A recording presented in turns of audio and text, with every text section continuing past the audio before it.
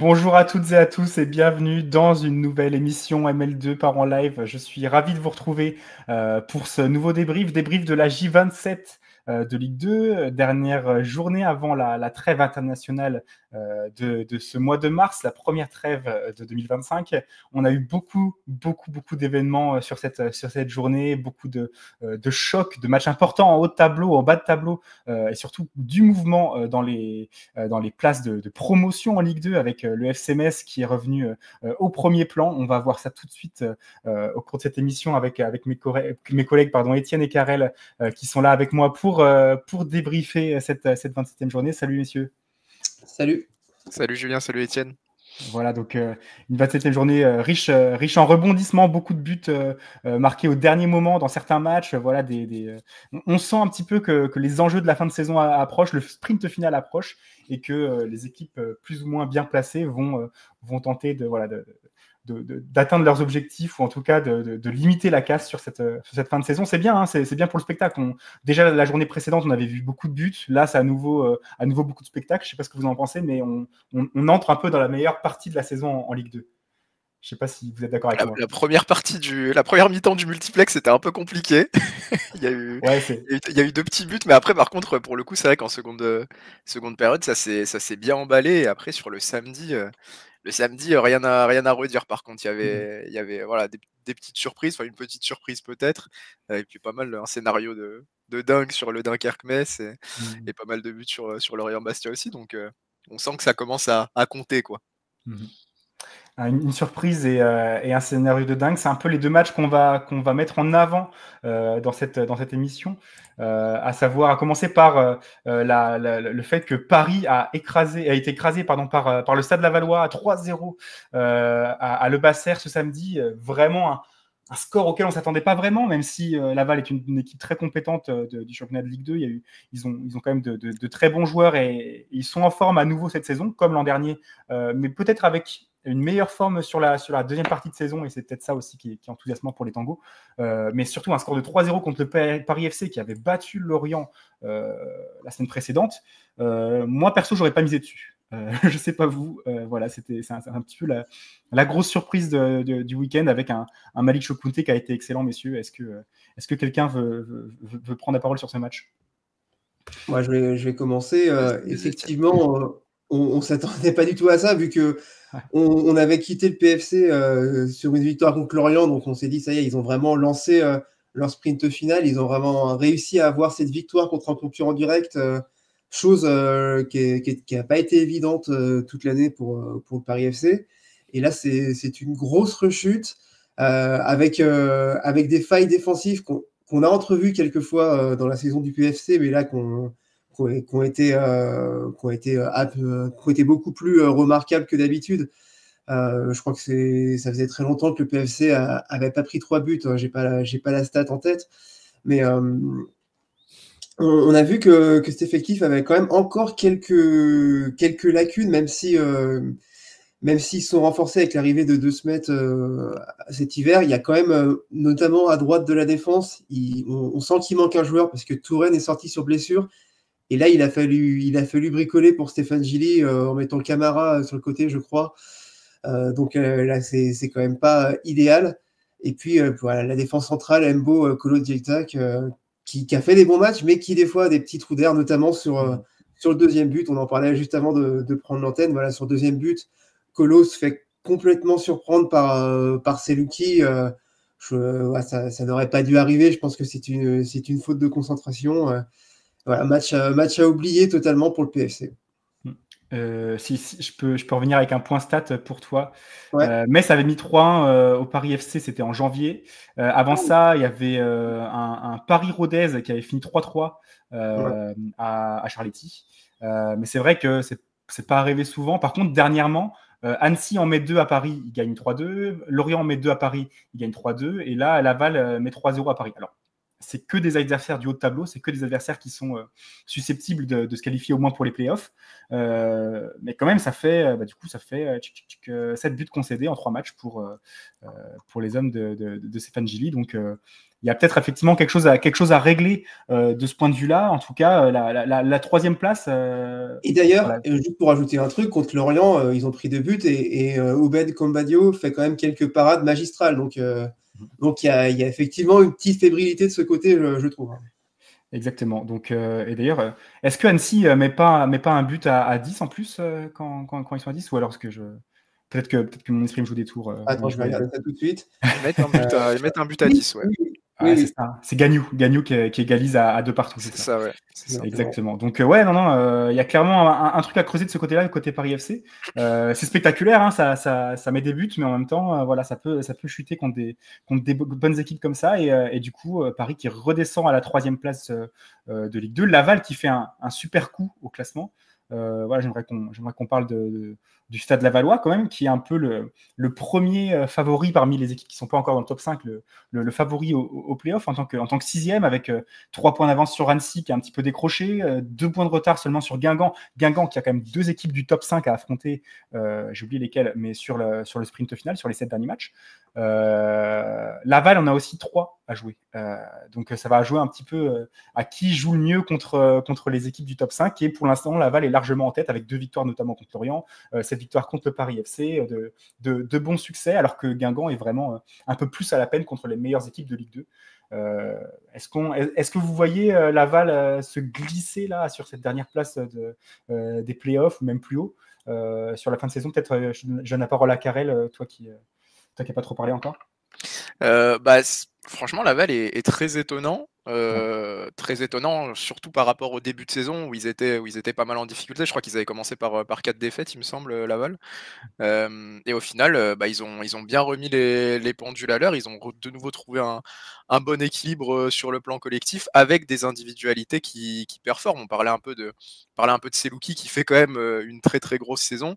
Et puis on retrouve souvent dans la construction, dans les schémas offensifs, Vargas comme l'an passé, Chokunte qui peut être décisif également.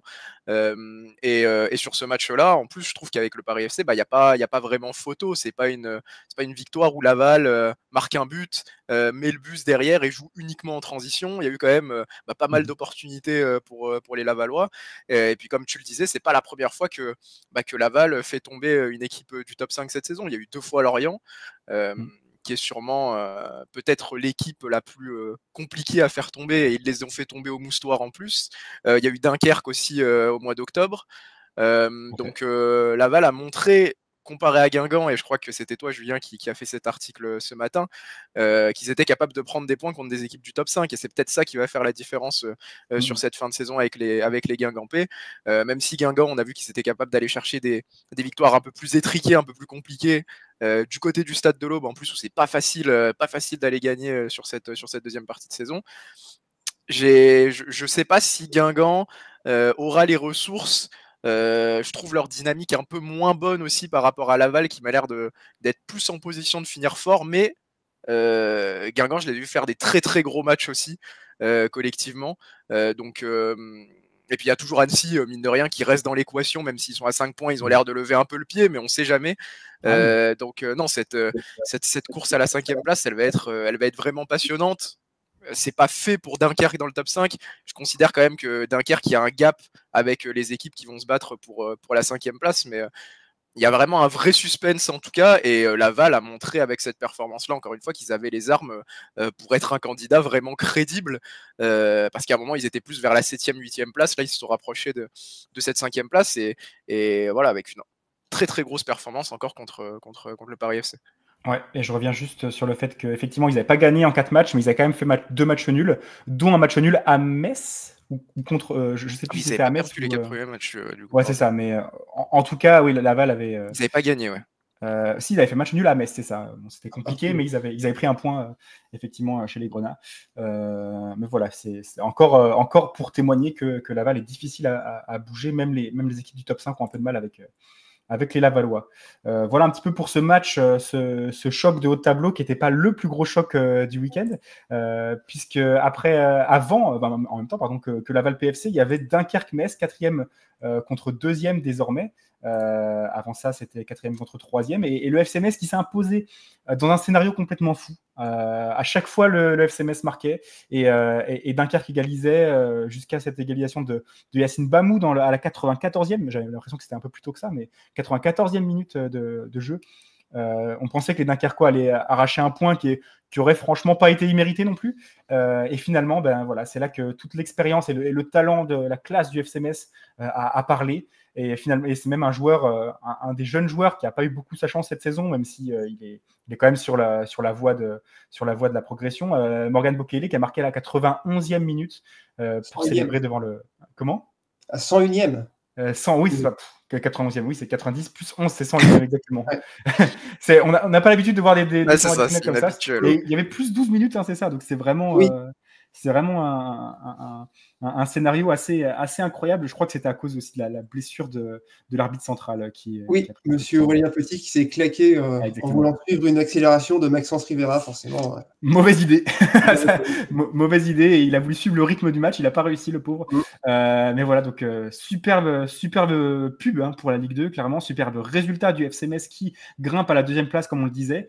Savali qui était en feu aujourd'hui. Voilà, on sait qu'il y a des matchs où il passe un peu plus à travers dernièrement, mais quand même sur la saison, globalement, il aura vraiment été l'un des hommes forts du FC Metz. Et là, il a fait parler la poudre à 2 reprises, 2 buts importants pour Cheick Sabali, tandis que c'était des buts de Kéroche, très joli but de Kéroche d'ailleurs. Super frappe. Voilà, c'est ça, une très belle volée. Et Bamou pour répondre, mais ça n'a pas été suffisant pour Dunkerque qui s'incline 3-2. Je crois que tu écrivais le débrief de ce match-là, Étienne. Qu'est-ce que tu en as pensé ? J'en ai pensé que Metz est vraiment devenu redoutable sur les attaques rapides. Comme tu l'as dit, Sabali est en pleine forme et quand ce joueur est en forme, dans la profondeur, il fait des ravages et avec des joueurs aussi précis dans la passe pour le servir que Gauthier Hein, que Benjamin Stambouli et éventuellement Deminguet, même s'il n'a pas été décisif ce jour-là. Voilà, c'est vraiment assez terrible pour les adversaires. Petit regret pour Dunkerque, hein, c'est d'avoir fait ce match sans Enzo Bardelli. Je crois, le carton rouge qu'il prend contre Rodez, je pense que c'est un carton rouge qui fait perdre peut-être 2 matchs à Dunkerque parce que voilà, il a manqué, même si Kéros, en l'occurrence, qui remplaçait peut-être plutôt Ragoubert, il a fait un très bon match, mais Pitou, même s'il a quelques qualités, c'est quand même pas le même rendement. Donc voilà, Metz, qui a certes pris 2 buts, mais qui reste une défense très solide, avec les latéraux Kwao Udol infatigables, voilà, des attaquants rapides, insaisissables. Bokele, même si voilà, ça fait que très récemment qu'on le voit jouer de façon régulière, il nous fait des accélérations quand même assez époustouflantes à chaque fois. Donc voilà, c'est une équipe qui me semble très très bien parée pour le sprint final, là où le PFC a ses petits problèmes défensifs, là où Lorient, dans le jeu, a un peu soufflé le chaud et le froid ces dernières semaines. Donc voilà, Metz est installé à la 2e place, et pour les empêcher de monter directement, il va falloir s'y reprendre plusieurs fois, je pense, pour les rivaux. Tout à fait. Et on voit une montée en puissance. Moi, elle me fait beaucoup penser à la même période, la saison dernière, pardon, il y a 2 saisons, quand Metz et Bordeaux voilà, se tirent la bourre pour accrocher cette 2e place. Et Bordeaux avait fait un très bon départ, elle avait même été leader quelque temps. Et finalement, Metz, sur toute la 2e partie de saison, reste invaincu, même à partir d'octobre ou novembre. Après, c'était l'année de la Coupe du Monde, donc il y avait aussi des calendriers un peu bouleversés. Mais ouais, ils étaient restés invaincus sur toute la phase retour. Et bon, là, ils ont perdu contre Ajaccio, mais globalement, c'est les mêmes dynamiques. Hein. Metz, on voit que ça ne les a pas perturbés de perdre 1-0 ce match contre Ajaccio. Là, ils enchaînent 3 victoires d'affilée. Et le Paris FC, qui était devant pendant une grande partie de la saison, finalement, ils commencent à pas tirer la langue, mais voilà, ils perdent des points par-ci par-là et ils se font passer devant un petit peu dans un moment délicat. Donc ouais, je ne sais pas si ça va se finir de la même façon, mais en tout cas, c'est drôle de voir que le scénario, la dynamique, pour l'instant, se répète par rapport à 22-23, quoi. Bah après, Metz, c'est un peu l'équipe qui monte en Ligue 1 tous les 2 ans, donc c'est vrai qu'on a l'habitude de. Enfin, eux, ils savent faire, quoi. Enfin, même si c'est pas toujours les mêmes personnes, t'as l'impression que t'as une culture club de savoir remonter en Ligue 1 très vite quand tu descends, quoi. J'aimerais quand même souligner aussi la performance de Mathieu Hudol. 3 dribbles réussis, meilleur joueur de son équipe. 11 duels gagnés, meilleur joueur de son équipe. Encore un match de fou d'Hudol qui a, pour moi, rien à faire en Ligue 2. Très clairement, il aurait peut-être. Saint-Etienne aurait bien aimé l'avoir. C'est un joueur qui s'est fait 3 fois les croisés, je crois. Donc, qui, je pense, sans ça, oui, on l'aurait vu à un plus haut niveau, sans aucun doute. Ah ouais, non, mais même le fait que Metz puisse compter sur un capitaine comme lui, c'est vraiment pas anodin du tout. Karel, quelque chose à souligner sur cette rencontre en particulier ou Non, assez d'accord avec toi sur la montée en puissance de Metz, parce que sur les 9 derniers matchs, sur les 9 dernières journées de Ligue 2, il n'y a que 3 matchs où ils mettent pas 3 buts.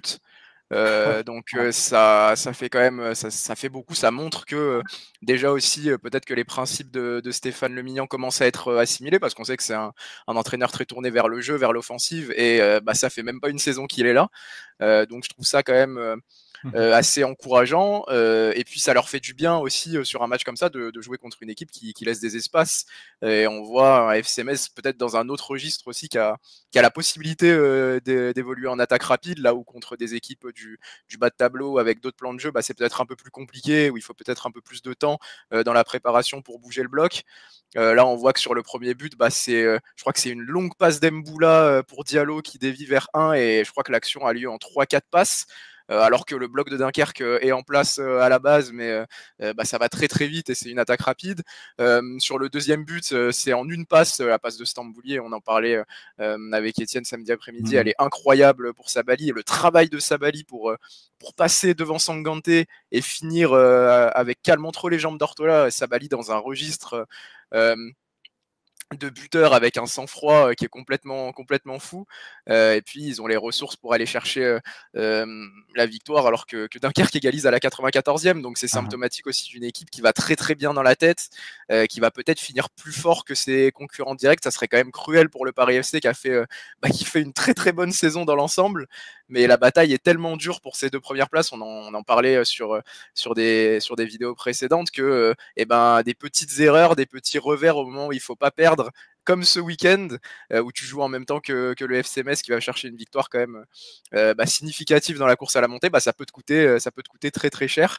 Donc non, assez convaincu par le FC Metz. Maintenant, il reste un grand tournant, une grande ligne droite plutôt, après le virage de la trêve internationale, la dernière de la saison, et c'est là vraiment que tout va compter. Mais Étienne le disait, le FC Metz, à la différence du Paris FC, a l'expérience de réussir ces montées-là. Le Paris FC les joue souvent, va souvent en play-off, mais après il faut les réussir, et le FC Metz a l'habitude de les réussir. Ouais, là aussi, il y a une culture club au PFC, c'est d'aller en play-off et de ne pas monter, quoi. Les pauvres, on a envie de leur dire montez directement, quoi, parce que c'est vraiment pas leur truc. Et petite précision par rapport à tout à l'heure, c'est 4 fois qu'il s'est fait les croisés, Mathieu Hudol. Donc, je connais pas beaucoup de joueurs pros qui n'ont pas arrêté leur carrière après ce genre de série. Ouais, après 2 en général, tu reviens jamais à ce niveau-là, mais c'est vrai que 4 fois les croisés, c'est complètement fou. Ouais. C'est impressionnant. Et j'aimerais quand même saluer le fait. Alors, maintenant qu'il y a un petit écart qui se creuse, ça aurait pu être plus si Paris avait gagné. Maintenant qu'il y a un petit écart qui se creuse entre la 3e place et le reste du championnat, avec Dunkerque qui a 48 points. Dunkerque qui va jouer contre le PSG en Coupe de France, donc en plus qu'il y a des distractions sur le sprint final. Bon, certes, ça va être un match de gala, ils vont oublier la fatigue pendant 90 minutes, plus peut-être des tirs au but, mais ça peut aussi tirer sur les organismes. J'aimerais quand même saluer le fait qu'on a 3 équipes qui ont en moyenne 2 points par match ou presque, et ça c'est quand même assez impressionnant pour le souligner. Les Metz, Lorient et Paris ont tous les 3 une forme qui dans d'autres saisons en Ligue 2 pourrait leur conférer le titre, quoi. Et les 3 sont encore complètement dans la lutte pour finir premier. Et il y en a un des 3 qui devra en passer par les barrages obligatoirement. Je pense pas que Paris, Metz, Lorient est vraiment loin devant, mais je pense pas que Paris ni Metz ne descendra au-delà de la 6e place. Il faudrait un retournement de situation incroyable. Et vraiment, savoir qu'il y a une de ces 3 équipes qui va être en play-off et potentiellement en barrage contre un club de Ligue 1 qui est en méforme comme Le Havre, comme Saint-Etienne. Franchement, moi je mettrais peut-être quelques pièces sur le club de Ligue 2 si jamais ça finit fort aussi sur des grosses dynamiques, parce que là, on a des très très gros concurrents pour accéder à l'élite. Voilà un petit peu sur ce Dunkerque-Metz qui a tourné à l'avantage des Grenats. On va revenir un petit peu sur tous les autres matchs de la 27e journée en allant un petit peu plus rapidement, peut-être que là on a été vraiment assez dans les détails. Si jamais le site ligue1.fr m'autorise à le faire, super.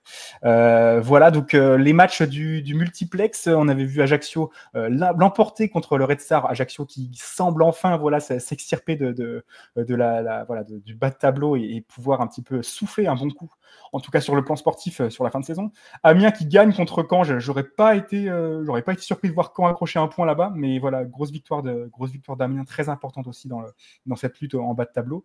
Annecy qui se fait accrocher par Rodez, qui prend un point également important, de la même manière que Clermont arrive à accrocher Grenoble 0-0 et prendre un point qui lui permet de rester barragiste. Martigues a également pris un point à Pau à la dernière minute. Alors là, Karel, si tu veux nous parler un petit peu du scénario aussi, ce sera avec grand plaisir. Et puis 3 Guingamp, effectivement, ce match avec les Guingampais qui s'impose un peu sur le fil contre une équipe de 3 très, très compétitive, très cohérente, mais voilà, qui a peut-être pas encore le niveau pour franchir un petit peu ce cap et arriver en première partie de tableau. Voilà, de quoi vous voulez parler en particulier? Quel est le match qui vous a le plus marqué pendant le multiplex, avant qu'on parle un petit peu de Lorient-Bastia en clôture? Moi, pas Clermont-Grenoble déjà. Ouais, c'est pas un classique. Une demi-heure, on te laisse parler de Clermont-Grenoble si tu veux. Moi, ça va, mais. D'accord. On pourra y aller brièvement. Le résultat le plus marquant pour moi, c'est quand même la défaite de Caen à Amiens, parce que pour moi, je pense que le sort de Caen est en train d'être scellé. Ouais. Parce qu'il y a 7 points de retard sur le barragiste et qu'après la trêve, tu vas jouer sur la pelouse du Paris FC avant d'enchaîner un déplacement contre une autre équipe du top 5. Je crois que c'est. On va regarder ça tout de suite. Je crois que c'est Lorient ou quelque chose comme ça. Donc, ce sera donc Paris FC et en avril, tu joueras Metz. Metz, ouais. Oui. Donc voilà, tu as deux matchs très compliqués qui t'attendent après la trêve. Voilà, je ne sais pas comment ils peuvent s'en sortir, hein, même avec tous les discours mobilisateurs du monde. Cette équipe a des limites. Hein, c'est un peu incompréhensible quand tu regardes encore la composition de cette équipe de Caen. T'as pas l'impression que les joueurs sont en dessous, même si bon, il y a peut-être certains joueurs en défense centrale sur lesquels on a des interrogations depuis quelques semaines, mais à part ça, c'est quand même des joueurs de Ligue 1 ou de Ligue 2, quoi. Enfin, c'est assez triste, mais bon, je pense que là, ça sent le sapin pour le Stade Malherbe. Mais c'est quand même chaud, parce que tu te dis, avant ça, ils prennent 4 points en 2 matchs. S'ils avaient fait autant sur les 2 derniers matchs, ils seraient revenus à 3 points de Clermont, qui avance clairement pas. Voilà, Clermont, c'est grave aussi. En tant que barragiste, ils auraient fait autant que. Enfin, tu vois, ils auraient pu se rapprocher de la même manière que Martigues le fait. Alors, pas toujours en prenant les 3 points, mais en restant à portée du barragiste. Et là, le problème, c'est qu'ils sont trop décrochés et qu'ils vont jouer trop de matchs contre des gros clubs pour que je les vois s'en sortir. C'est pas qu'ils sont, ils sont moins catastrophiques, et on peut quand même reconnaître ça à Michel Derzakarian. Il a réussi à les remobiliser, alors qu'avec le pauvre Balthazar, franchement, on voyait même plus une équipe. On voyait même pas comment est-ce qu'ils allaient pouvoir marquer un but, quand ils allaient pouvoir se faire autre chose qu'une défaite. Et d'ailleurs, ils n'ont pas fait autre chose. Mais ouais, c'est les matchs qu'il fallait gagner, les matchs qui étaient à ta portée. Amiens, c'est le cas. Voilà, il faut au moins revenir avec un point de la licorne, surtout qu'Amiens n'était pas en grande forme. Bon, là, c'est un peu le match qui va peut-être coûter très très cher à ce Stade Malherbe, même si le mal était déjà fait, on va dire. Avec encore un but de Koulibaly dans les arrêts de jeu, quand même, c'est à noter. Voilà, il était un petit peu pas vraiment en vue, on va dire, sur les premiers matchs de la saison, sur le début de la saison, et puis là, il commence à marquer. Ouais, c'est ça. Bon, sur les fins de match, mais voilà, quand même, on peut quand même le souligner. Voilà, mais si c'est important, c'est parce que Martigues et Clermont ont pris des points. Martigues avec un but à la dernière minute de Karim Klili. si on revient sur une émission du tout début de saison, je vous avais dit que j'avais hâte de voir ce que pouvait donner Etli en Ligue 2 s'il avait la chance de se montrer. Bon voilà, là on voit qu'avec la confiance, avec une équipe de Martigues qui s'est retrouvée en tout cas, qui est très solidaire, on voit qu'il y a quand même un sacré talent quand même dans cette équipe, dans certains de ces joueurs qui ont jamais connu le monde pro avant. Et ça, franchement, c'est à noter. Bravo au Martego qui arrive à égaliser à la dernière minute. C'est un coup franc, c'est ça, hein?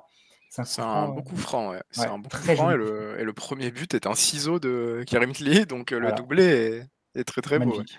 Superbe résultat de Martigues qui reste à portée de Clermont. Une déception quand même pour Pau qui aurait pu, on va pas dire pas entériner son maintien, mais avec 10 points d'avance à cette journée de la fin, ça aurait été quasiment plié. Voilà, le Pau FC qui arrive à prendre des points, mais pas avancer très très vite. Ils sont pas non plus en grand danger de relégation, surtout qu'il y a beaucoup d'équipes entre la 16e place et eux. Mais voilà, moi c'est peut-être ma déception l'une de mes déceptions de la deuxième partie de saison, c'est de ne pas voir Pau confirmer un petit peu sa phase aller réussie. Peut-être. Ouais, je suis d'accord, c'est un peu une équipe qui est en train de sortir les rames pour finir la saison quand même. Ouais. C'est vrai qu'on les a connus plus flamboyants les saisons précédentes. On les comparait un peu à Rodez parfois. C'est vrai que cette année, c'est plus dur, où ils ont du mal à enchaîner des bons résultats. Donc après, ça reste une équipe cohérente, mais bon, c'est vrai que c'est dur. Mais ça devrait se sauver sans problème quand même. Ouais, après quand tu vois ce qu'ils perdent cet hiver. Ouais, oui. En plus, Bobichon qui est blessé jusqu'à la fin de la saison, ou presque, je crois. Voilà, il y a quand même des circonstances atténuantes pour bien sûr. Mais bon, c'est vrai que moi, c'est un petit peu ma petite déception de ne pas voir Pau lutter un petit peu plus longtemps, peut-être pas pour le top 5, mais au moins être un petit peu plus loin de la zone rouge. Bon, remarque, ils sont assez tranquilles quand même, on va pas trop leur en vouloir. Rodez, également, qui égalise dans les toutes dernières minutes, je crois, à Annecy. Dans les arrêts de jeu, ouais. C'est ça, un but de Yanis Verdier, qu'on n'a pas vu depuis longtemps, on n'a pas vu marquer depuis longtemps. C'est vrai que ça fait longtemps qu'il est au club, mais il n'était pas vraiment préféré. En même temps, quand tu as Nkada, tu as Baldé, tu as Bentagueg qui arrive à marquer pas mal de buts, il n'y avait pas trop de place pour Verdier. Et le voici qui marque un but très important quand même dans la lutte pour le maintien, qui permet de garder 5 points d'avance sur Clermont et de maintenir l'écart tel quel pour le RAF. Et c'est là qu'on parle du fait que Annecy commence à perdre de la vitesse, perdre un petit peu ses points quand tu mènes au score comme ça à domicile. Voilà, il faut savoir garder les résultats. On sait que Rodez est capable justement de ce genre de performance. Et là, c'est peut-être l'un des matchs qui les fait dire pas adieu définitivement au top 5, mais vu le rythme auquel ça avance devant, c'est peut-être que l'écart est peut-être maintenant un peu trop grand. Je ne sais pas ce que vous en pensez. Ouais, non, on sent que ça tire la langue. Après, c'est compliqué je pense que personne leur en voudra, parce qu'ils ont fait quand même, un énorme championnat. C'est pas joué, hein. Rien ne dit que la trêve internationale ne va pas leur faire beaucoup de bien, rien que physiquement, parce qu'on le sait, on le répète. Mais ce que demande Laurent Guyot et ce que demande le FC Annecy globalement, collectivement, à ces individualités-là, c'est énorme. C'est une grosse débauche d'énergie, donc peut-être qu'une petite pause, et je crois que c'est pour ça aussi que Annecy ne fera pas de match ne fera pas de match amical pendant cette trêve-là, ça peut leur faire du bien. Il n'empêche que dans le scénario, c'est frustrant parce que si tu remportes ce match-là, tu restes à 3 points de la 5e place, tu restes très très proche de Laval aussi. Donc voilà, faut pas que ça lâche mentalement non plus. Et puis du côté de Rodez, quand même, c'est quand même une très très belle opération. Dans le sens où tu vas chercher un point au Parc des Sports, c'est jamais facile. Et puis tu puises dans ton banc aussi. Ça montre qu'il y a encore tout le monde qui est concerné, parce que c'est un but de Verdier qui rentre assez tard dans le match. Je crois qu'il rentre à la 80. Je me demande s'il rentre pas juste avant de marquer, en fait. Il rentre à la... revoir. Est-ce qu'on peut voir ça? Si, c'est marqué 90e. Ouais, il rentre à la 90e juste avant de marquer. Et Trouillet rentre à la 82e, là on le voyait, et c'est lui qui fait la passe décisive. Donc c'est un coaching très gagnant pour Didier Santini. Et pour Annecy, c'est vrai que c'est dur à avaler, et ça va avec une fin de saison qui est un peu plus compliquée. Encore une fois, rien n'est joué. Je trouve que en dessous C'est-à-dire à partir de Bastia, Grenoble qui sont à 37 points, ça va peut-être être un peu compliqué pour aller chercher cette 5e place pour se mêler à la lutte, même dans le contenu je trouve. Mais Laval, Annecy, Guingamp, c'est vraiment les concurrents que je vois pour cette 5e place.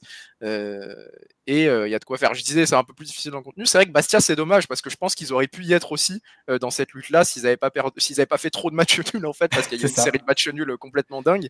Mais dans le contenu, Bastia, je trouve qu'il y avait quand même les moyens peut-être pour être dans ce panier-là. Et puis je n'irai pas en dessous parce que j'ai assez vu jouer Grenoble cette saison pour savoir que c'est pas le cas, malheureusement. Pour les Grenoblois, mais il manque un buteur, un mec qui pourrait être meilleur buteur de Ligue 2, je sais pas. Ouais, c'est ça, mais il est parti. Il joue devant 60 000 spectateurs maintenant, donc je pense qu'il s'amuse bien, et tant mieux pour lui, c'est mérité. Non, c'est vraiment dommage pour Annecy, mais encore une fois, rien n'est fini. Cette équipe a montré qu'elle avait les ressources souvent pour nous surprendre, donc rien ne dit qu'ils ne le feront pas sur les 8 derniers matchs de la saison maintenant. 7. 27 plus 7, 34, c'est ça. Exactement. C'est vrai, pardon. Et peut-être plus s'ils ont le bonheur de jouer des playoffs. Donc, effectivement, c'est tout le mal qu'on souhaite au FC Annecy. Rapidement, Ajaccio qui bat le Red Star. Le Red Star qui était quand même mieux ces dernières semaines, qui se fait avoir par un doublé d'Anziani, quand même, c'est notable. Alors qu'ils avaient ouvert le score. Ça, je ne me rappelais plus avant d'ouvrir la feuille de match. C'est vrai que un deuxième but d'Anziani.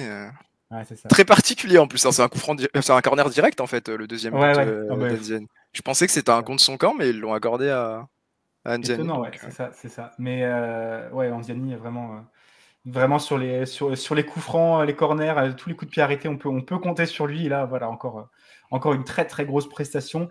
Et Ajaccio avec 34 points. C'est pareil que Pau. Ils sont pas encore sauvés mathématiquement. Mais en plus, ils ont la dynamique pour eux. Voilà, ils gagnent des matchs, tout simplement. Ils sont, c'est quand même le jour et la nuit, quoi, entre ce qu'on avait avec Mathieu Chabert et ce qu'on a depuis. C'est vraiment, moi je suis épaté, voilà, par cette équipe d'Ajaccio. Très franchement, je suis tout bonnement épaté par ce qu'ils arrivent à nous produire, et c'est pas toujours les meilleurs matchs, comme par exemple celui à Metz, qui est clairement pas un bon match. En même temps, pour aller faire un bon match à Metz, il faut le faire aussi. Mais ils en sortent avec un point parce qu'ils ont tenu tout le match et qui font le nécessaire dans les arrêts de jeu, qu'ils ont un peu de chance aussi.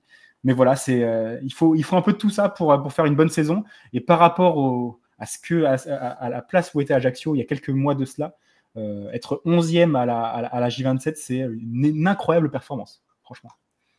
Ouais, ils reviennent de très loin. Ils ont eu un hiver terrible aussi, avec des blessés, des suspendus dans tous les sens. C'est vrai que sur la fin, Mathieu Chabert, il avait beaucoup de mal à composer une équipe avec tous les absents.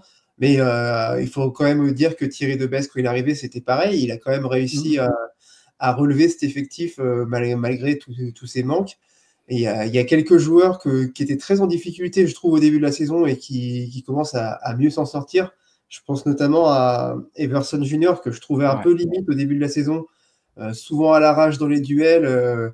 Finalement, il s'impose, il reste bien dans cette équipe, alors que c'était pas forcément le plan A, je pense, du début de saison.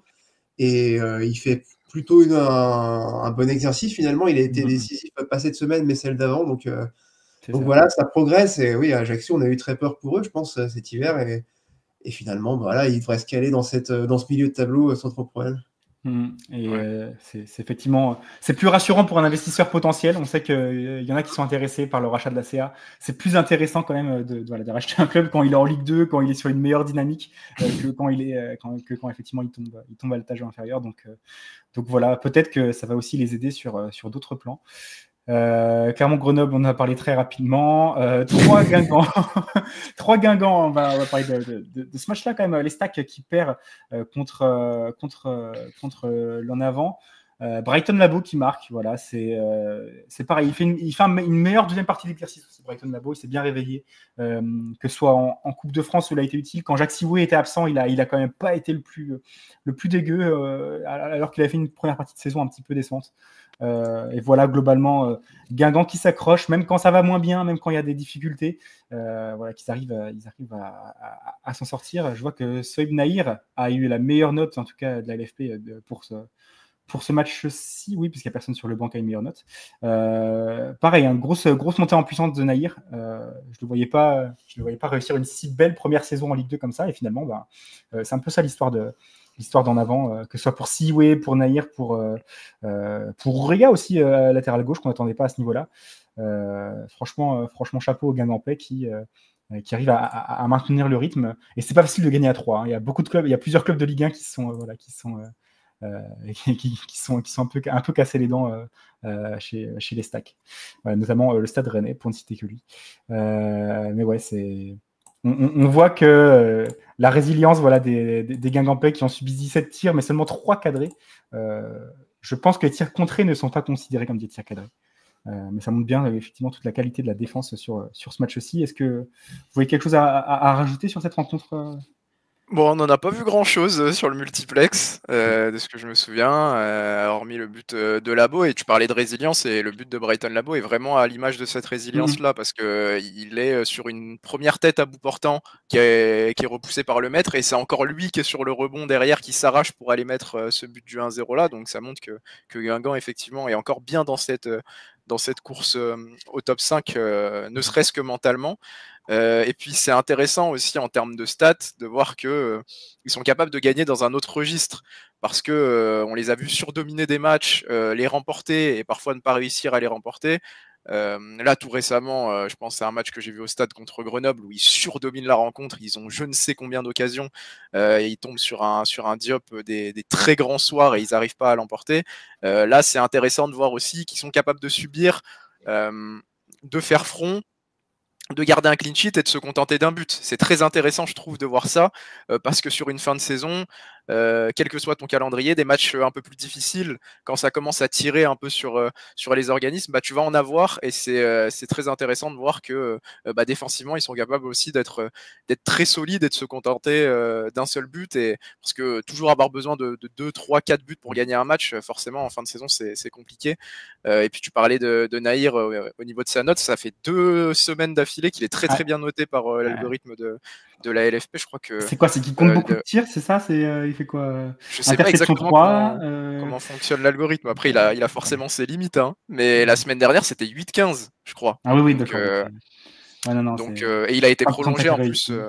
Pardon, il a été prolongé tout récemment en plus, je crois, jusqu'en 2027. Donc c'est à l'image quand même des très bonnes performances. Guingamp a tenu à le sécuriser. Mais non, la course à la 5e place va être, je pense, assez folle, parce que Guingamp est toujours là. On l'a dit, Laval est très en forme, donc ça va être intéressant.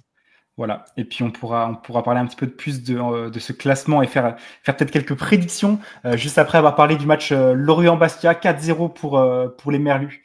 Contre un Sporting qui peut-être méritait de marquer un but à un moment, mais qui a globalement été quand même trop juste, un peu trop court, un peu dans tous les domaines pour pouvoir ramener le moindre point du Moustoir. C'est une victoire quand même loin d'être imméritée pour l'Orientais, même si on regarde que finalement il y a que 6 tirs cadrés, et que c'était pas une domination outrageuse autant que pouvait le dire le score. Qu'est-ce que vous avez vu de ce match, à part que Darlene Yongwak, moi, qui m'impressionne toujours de plus en plus chaque semaine. Il m'avait déjà beaucoup plu.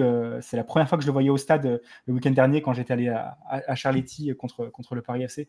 Mais voilà, le fait que j'avais même pas vu les notes, mais c'est lui le mieux noté du match. Pour moi, c'est vraiment. On a de la chance aussi d'avoir un autre latéral gauche de cette qualité-là. On a parlé de Mathieu Hudol tout à l'heure. En Ligue 2, il a clairement le niveau pour jouer un cran au-dessus, à mon avis. L'ancien de Niort, hein, c'est ça, il était à Niort avant. Ouais, il était à Niort, ouais. Mais il a une énergie incroyable, et c'est pas un simple latéral offensif qui monte dans son couloir pour centrer. C'est un joueur qui va dans la surface, qui va dribbler, qui va provoquer, et qui même là s'est retrouvé en position d'avant-centre pour mettre le 4e but de Lorient. C'est une sorte de latéral hyper offensif, un peu comme on avait Ali Abdi à Caen, et puis avant au Paris FC il y a quelques années. Donc c'est un joueur très intéressant. Parfois, je trouve qu'il y a quelques petites approximations sur le niveau technique, mais bon, pour la Ligue 2, c'est quand même largement suffisant. Et il a encore fait un très bon match samedi. Après, pour revenir de façon plus générale sur cette rencontre Lorient-Bastia. Comme les stats que tu as citées tout à l'heure le montrent, Lorient n'a pas été aussi impérial que ça. Ils méritent clairement leur succès, il y a pas de question là-dessus. Ils ont vite pris le match en main, mais il faut dire que Bastia s'est pas donné les moyens de résister à Lorient parce que Bastia prend 2 buts sur des grosses erreurs de relance. La première, c'est Boutra qui dribble dans sa surface, qui relance en plein axe et ça donne but. En deuxième, tu as une transversale d'Aris qui finit dans les pieds d'un Lorientais et ça finit au fond. Donc ça, et les 2 grosses occasions ratées par Sébastien et Cissé en première période, voilà, Bastia a clairement laissé passer sa chance dans ce match, alors que ces dernières semaines, Lorient a montré quelques signes de faiblesse quand même à certains moments, et pas que contre le PFC et Laval où ils ont perdu. La première période contre Rodez, Lorient était un peu poussif. Il y a eu des matchs un peu avant, comme à 3, où il a fallu un exploit personnel de Croupi pour s'en sortir.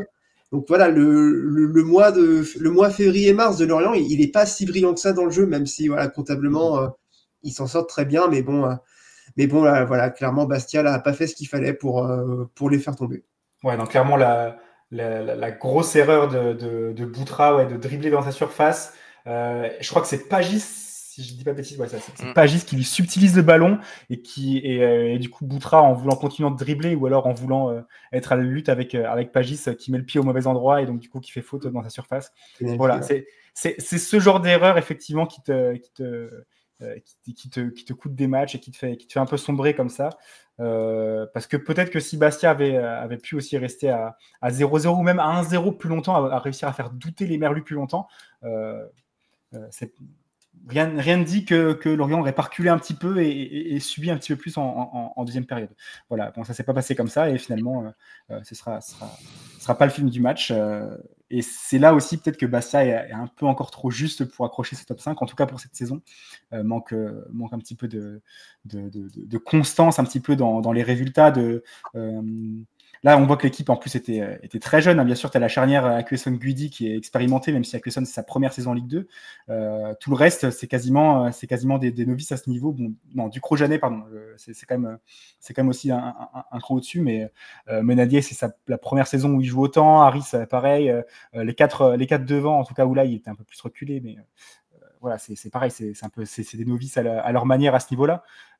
Et aussi talentueux soit-il, voilà, ils n'ont peut-être pas le niveau pour s'élever au niveau d'un Lorient à ce moment-là. Mais rien ne dit que la saison prochaine, ils ne sont pas capables s'ils restent toujours au Sporting, ces joueurs-là, à partir après juillet 2025. Voilà tout simplement pour ce Lorient-Bastia. Belle victoire des Merlus qui reste leader. Ils n'avaient jamais perdu le trône, mais ils étaient à égalité avec le Paris FC. Donc voilà, ils se remettent un petit matelas d'avance sur leur poursuivant. Et donc au classement, voici un petit peu ce que ça donne. On va le regarder un petit peu plus en détail. Donc Lorient, Metz, Paris FC qui se tiennent en 3 points. Dunkerque et Guingamp qui font les poursuivants et qui sont suivis d'assez près par Laval. Annecy un tout petit peu décroché et derrière, on voit à 37 Bastia et Grenoble, comme on le disait tout à l'heure. Pau, Ajaccio, tous les deux à 34 points. Il y a aussi Troyes et Amiens à 33. Moi, ce qui m'éclate, c'est que Troyes et Amiens, alors qu'ils montrent quand même des contenus globalement très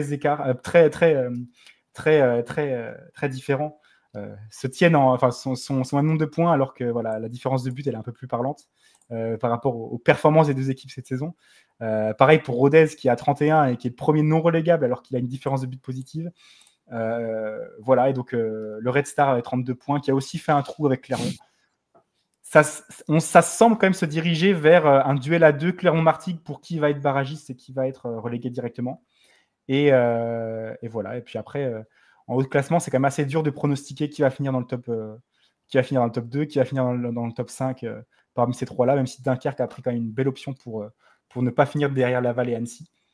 Voilà, je sais pas est-ce qu'on se risque à un jeu de pronostic, messieurs, pour voilà, avant le sprint final. On tente un prono un petit peu soit une grosse cote, soit un truc que vous voulez souligner en particulier pour la fin de la saison. On peut tenter les pronostics, ouais. Ouais. Ouais, vous avez. Soyons fous. Est-ce que quelqu'un a un truc c'est vrai que je vous ai pas demandé de préparer un prono. Est-ce que vous avez une idée comme ça à balancer? Moi, je pense, mon prono, et je vais un peu me mettre dans le même camp qu'Étienne en début de saison. Je pense que Troyes va finir en première partie de tableau, c'est-à-dire finir 9e ou au-dessus. Voilà. Je crois que t'allais dire dans le top 5, j'allais dire ça y est. Non, quand même pas. Ça y est, le pronostic est fou. Pas à ce point-là, mais je pense que Troyes va effectivement mieux finir la saison et que voilà, ils ont assimilé des choses et que maintenant, quand même, on sent une équipe plus confiante avec des individualités qui sont largement au-dessus, je pense, des individualités de n'importe quel autre club en deuxième partie de tableau, sauf une ou deux exceptions près, comme Nkada à Rodez, comme peut-être une Villa à Caen et encore. Voilà, je pense que Troyes a ce qu'il faut pour finir en première partie de tableau et voilà, se donner un petit peu d'espoir pour la saison prochaine. Et vous, est-ce que vous avez un truc du genre à pronostiquer, à annoncer pour avant les 7 dernières journées? Allez, moi je tente Martigues qui arrache la place de barragiste. Okay. Parce que je sens chez cette équipe une dynamique, quelque chose que je vois pas chez Clermont et encore moins chez Caen. Donc je pense que voilà, ils vont peut-être réussir à aller arracher ce barrage. Martigues qui a toujours la pire différence de but avec moins 23, de très très loin dans le championnat, mais qui, c'est vrai, dans les impressions qu'il nous donne, c'est pas la pire équipe de Ligue 2, loin de là. Ouais, je suis d'accord avec toi. Je vois bien Martigues effectivement embêter Clermont très longtemps, au moins jusqu'à la dernière journée. À voir. Toi Karel, tu les verrais aussi passer devant Clermont? Bah, en fait, je sens plus qu'il se passe quelque chose à Martigues qu'à Clermont et Caen, quoi. Martigues, je sens vraiment qu'on est dans une mission maintien. T'as raison. Caen, je le sens pas du tout. C'est-à-dire que pour moi, Hakim Malek a eu un impact 1000 fois plus conséquent que Michel Derzakarian à Caen. Alors, il y a certes une petite amélioration des résultats, la capacité de Caen à rester un peu plus longtemps dans les matchs, mais je sais pas, déjà dans les conférences de presse de Michel Derzakarian, je sens pas grand chose, mais bon, c'est les conférences de presse et je pense qu'il aime pas l'exercice. Ouais. C'est différent de ce qui se passe dans le vestiaire, mais en tout cas, j'ai l'impression qu'il y a une vraie émulation autour du FC Martigues d'Hakim Malek. Et ça se voit même dans la manière qu'ils ont d'aborder les matchs, de les démarrer, ce qui se passe sur le terrain. J'ai vraiment l'impression qu'il se passe quelque chose. Et Clermont, c'est un peu, c'est moins pire qu'à Caen. Mais j'ai l'impression qu'on en parle un peu moins parce qu'on est un peu qu'on est obnubilé par Caen, et c'est normal parce que c'est vraiment c'est assez dingue. Mais Clermont, je sens pas vraiment de révolte non plus pour le moment. Donc Martigues qui dépasse Clermont sur la dernière ligne droite, ça serait pas non plus, je serais pas non plus totalement surpris. Ouais, moi je dirais même que ça me semble même le plus probable si rien ne change. Et je parle pas forcément d'un changement d'entraîneur, mais voilà, si Clermont termine le mois de mars et commence le mois d'avril sur la même dynamique, je vois bien Martigues déjà leur passer devant dans les prochaines journées. Donc, ouais, changement d'entraîneur. En plus, je pense même pas que ça soit nécessairement la faute de Laurent Batles. Je suis pas sûr que si tu mets un autre entraîneur là d'ici la fin de la saison, je pense pas que ça change quoi que ce soit. Je pense que Laurent Batles, il fait aussi avec ce qu'il a à disposition. Là où je trouvais qu'à Caen, c'était quand même vraiment nécessaire de changer d'entraîneur pour Bruno Balthazar, parce que tu sentais que c'était plus possible. Il y a un moment à Clermont, il y a eu un petit moment de mieux quand même. C'est pas maintenant, parce qu'on voit dans la dynamique que là c'est vraiment compliqué, mais il y a eu un moment où c'était mieux. Là, faut voir, en fait, je pense mentalement aussi si la trêve va leur servir à se remobiliser ou non. Mais dans les dynamiques actuelles, tu sens beaucoup plus Martigues capable de le faire que Caen, clairement, et c'est un peu mieux que Clermont aussi. Ouais. Ok, très bon. Un prono dont on est assez d'accord avec ça, ouais, effectivement. Martigues passe devant Clermont, si ça en reste là, évidemment. Et toi, Karel, un petit truc à tenter? Là, c'est un truc où on se mouille. Hein. Ouais, bien sûr, on se mouille. Okay. Un truc qui paraît un peu. Ça marche. On va pas dire, oui, Lorient va monter. Bon, ok. C'est pas fait, mais c'est. Si je vais chercher quelque chose, moi je dirais. Là, c'est de la grosse prédiction. Hein. Mais je dirais que si le Paris FC va en play-off contre Dunkerque, il perdra contre Dunkerque. Ok. Intéressant. Parce que on a eu des matchs intéressants. Paris FC Dunkerque, il y a eu le match en ouverture qui jouait à Amiens, si je ne dis pas de bêtises, le premier 2-0. match à domicile du PFC où il gagne 3-2 alors qu'il perdait 2-0. Ouais, c'est ça. Et c'est Dunkerque qui avait gagné contre le PFC récemment, c'est ça? Le match retour, attends, je me rappelle. Il me semble, hein. Peut-être que j'ai une grosse bêtise, mais. Non, mais c'est possible, mais j'ai plus souvenir. Si, il gagne à 0. Il gagne à 0 en février, là, c'est récent. Ouais, c'est ça. Je me rappelle avec un but de Kai Teyan à la 83e. Ah oui. C'est ça. Et donc toi, tu vois si Paris, on va dire, on fiche le classement, en cas de play-off, donc Paris reçoit Dunkerque et Dunkerque va gagner à Charletti. C'est ça la malédiction. Encore faut-il que Dunkerque gagne contre le 5e, hein, ceci dit. On ne sait pas qui ce sera, donc c'est vraiment très hypothétique. C'est un imaginaire complet. Mais confrontation Paris FC Dunkerque, la malédiction des playoffs pour le Paris FC, la déception de ne pas être dans les deux premiers. Dunkerque qui n'aura sûrement plus la Coupe de France d'ici là, qui sera revenu à un rythme un peu plus normal. Avec moins de pression que le Paris FC, je vois Dunkerque aller gagner. Mais c'est intéressant que tu dises ça parce que Paris FC a quand même montré beaucoup plus de choses contre justement des adversaires qui sont susceptibles d'être en play-off, c'est-à-dire le top 5. Ouais, mais après Dunkerque a montré en Coupe de France qu'ils étaient capables d'aller gagner contre des équipes de Ligue 1 chez eux, sur un format un peu plus couperé, qui n'est pas championnat et qui ne réussit pas vraiment au Paris FC sur les dernières saisons. Donc ça s'équilibre un peu et je sais pas, on le tente comme ça, quoi. J'aime bien le prono. Et je dis pas ça parce que j'ai une haine viscérale du Paris FC. Ah non, moi pas du tout. J'aime bien que tu te mouilles comme ça, effectivement, sur un truc, sur un tel prono. Surtout que le Paris FC, comme le disait, c'est Étienne qui le disait tout à l'heure, c'est un peu une tradition de se faire sortir en play-off. Donc, ok, j'aime bien. Étienne, tu nous rejoins aussi ou pas? Oui, non, pourquoi pas. Après, c'est pratique comme pronostic, vu que ça se trouve, ça n'arrivera jamais. Donc, ça n'aura pas lieu. Donc, on viendra chercher. Si je suis démasqué. Bien joué. Non, c'était vraiment de l'excellent pronostic. Mais oui. En tout cas, s'il y a un Dunkerque PFC en play-off, effectivement, les arguments me semblent convaincants. À savoir que Paris FC avait reçu Sochaux en 2022, je crois, en play-off, et s'était fait battre chez eux, effectivement, dans des conditions un peu similaires. Ils ont perdu comment au penalty? C'est ça, je crois. Non, c'est un but de couteau. Il y avait eu des pénaltys ratés. Il y avait une histoire de pénalty. Ah oui, il y a une histoire de.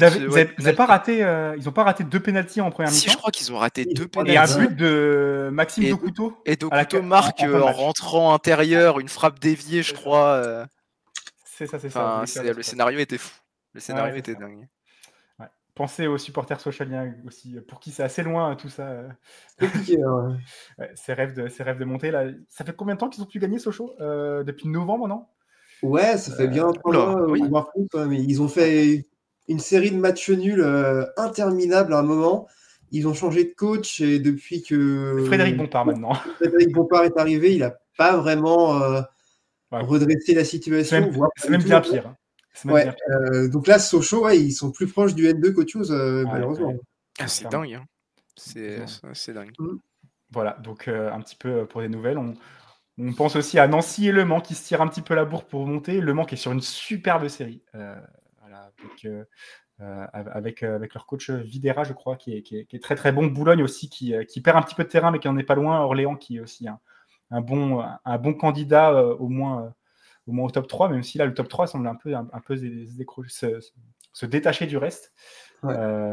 Surtout quand il y a des matchs en retard comme c'est un championnat avec un nombre d'équipes impair. Bonjour le Gol FC d'ailleurs.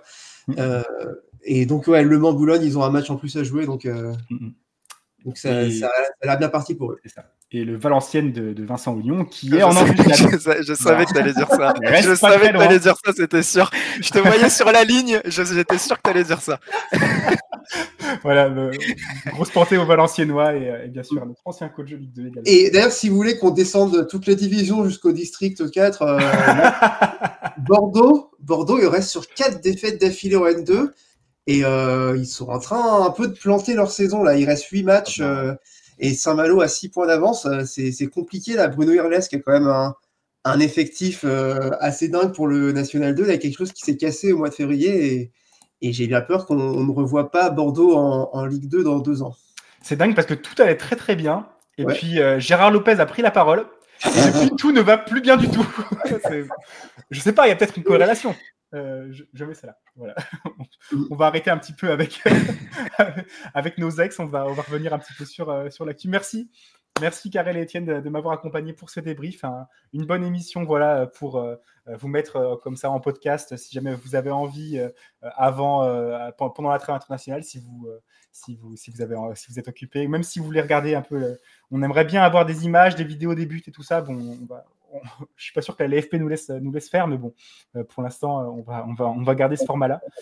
Merci à tous d'avoir suivi ce nouvel épisode pour la J27. On a hâte de suivre le sprint final avec vous. Tout sera à suivre évidemment sur maligue2.fr, le site numéro 1 sur l'actu de la Ligue 2. Bonne fin de journée, Karel et Étienne, et à bientôt tout le monde. Salut. Salut.